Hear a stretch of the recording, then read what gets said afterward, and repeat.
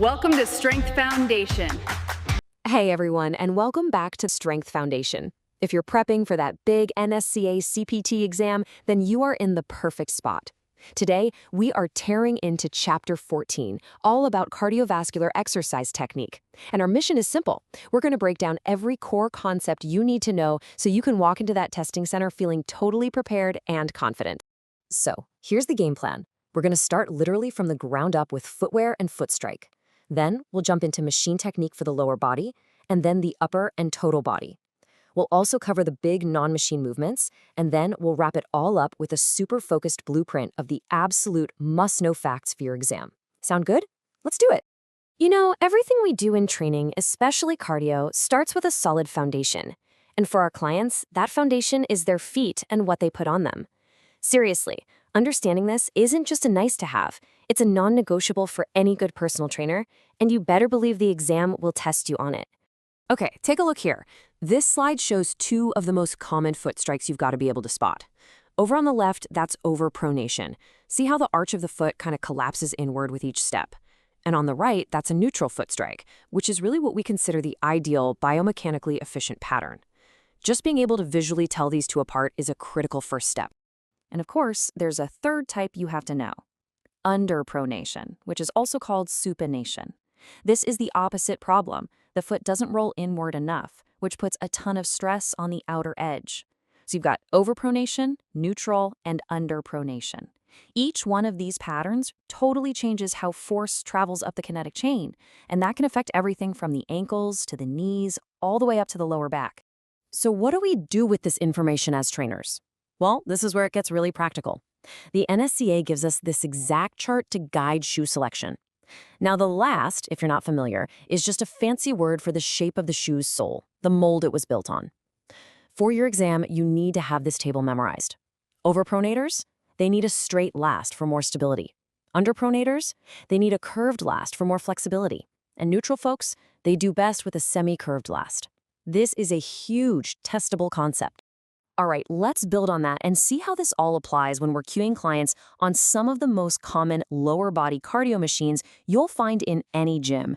Getting the setup and technique right here is so important for safety and for results, and you guessed it, it's prime material for exam questions. First up, the good old treadmill. Now, beyond knowing the primary muscles involved, your number one job is client safety, and the NSCA protocol is crystal clear. You have the client straddle the belt, feet on the sides. You turn it on to a slow speed, like 1 mile per hour, and then they step on. The biggest mistake we see? People death gripping the handrails. This is a huge no-no because it supports their body weight and makes the workout way less effective. The book even lays out a specific 5-step progression to help wean clients off of them. Moving on to the stair climber. With this machine, posture is absolutely everything. The client should be standing upright, keeping their spine in a nice, natural position. What you'll see all the time is people leaning way forward and just dumping all their body weight onto their arms. That's a major error you need to correct. But an even more dangerous mistake, when people turn around and face backward. The NSCA is very explicit about this. Don't do it. It puts an insane amount of unsafe stress on the lower back. Okay, let's talk about the stationary bike. I can almost guarantee you're going to see a question about this on your exam. The NSCA actually gives us 3 distinct methods for setting the seat height correctly. Method number 1, which you see right here, involves placing the client's heel on the pedal. When that pedal is at the very bottom of the stroke, their leg should be just about fully extended, but not locked out. Now, method number 2 is probably the one you'll see most often. This time, with the ball of the foot on the pedal, you adjust the seat so that there's a slight bend in the knee at the bottom of the pedal stroke. And the magic number you need to remember is between 25 and 30 degrees of flexion. This sweet spot ensures you get the best power transfer without putting any stress on the knee joint. And finally, method number 3 looks at the top of the pedal stroke. When one pedal is at its highest point, think 12 o'clock, the client's thigh should be about parallel to the floor, so the knee and the hip are roughly in alignment. You absolutely have to know all 3 of these methods for the exam. It's also really important that you know the difference between the types of bikes. On an upright bike, you're coaching good posture, shoulders back, not hunched over. But on a recumbent bike, that back support completely changes the game. It takes a lot of the work away from the postural muscles, and that makes it a fantastic option for certain clients, especially those with limitations like low back pain. Okay, let's shift gears now to machines that bring the upper body and really the total body into play. We're going to focus on 2 big ones. the upper body ergometer, or UBE, and the rowing machine. A lot of people misuse these, so knowing how to coach them properly is a great way to show you know your stuff. The UBE is such a fantastic tool, especially for clients who might have lower body injuries or limitations. The setup is super simple. You just align the arm cranks with the client's shoulders. The big technique cue is to maintain a slight bend in the elbow at the furthest point of extension. And the common error you need to watch out for is excessive rocking of the torso. Why is that bad? Well, the power should be coming from the upper body, and the core needs to stay tight and stable to make that happen effectively. All right, let's talk about the rowing stroke. This is easily one of the most technical movements in the entire gym, and the NSCA breaks it down into 4 very distinct phases.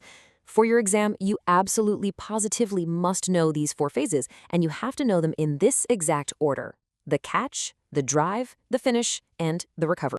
And this picture illustrates that sequence perfectly.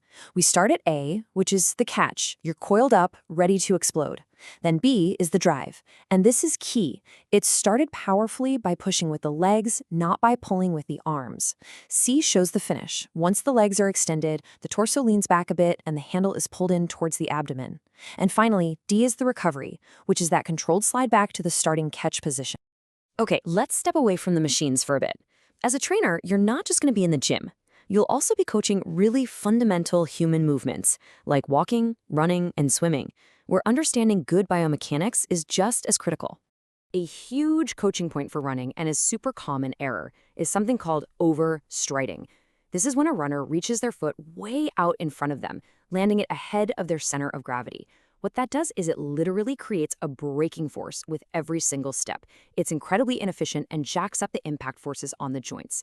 The fix isn't about taking longer steps, it's about increasing stride frequency, or cadence, which means taking more steps per minute. That naturally brings the foot landing back underneath the body where it should be. Now let's talk about swimming. And here is a number that you should absolutely highlight, circle, and burn into your brain for the exam. When it comes to the front crawl stroke, that arm stroke you see, it provides a massive 80 to 90% of the total propulsion through the water. The kick, it's mostly there for stability and body position, not for pushing you forward. And since that arm stroke is so important, we have to know how to spot the common errors.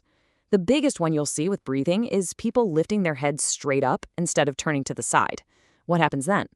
Their hips and legs sink like a rock. In the arm stroke itself, a dropped elbow during the catch phase is a major power leak. And finally, a really common breathing mistake is not exhaling fully while your face is in the water.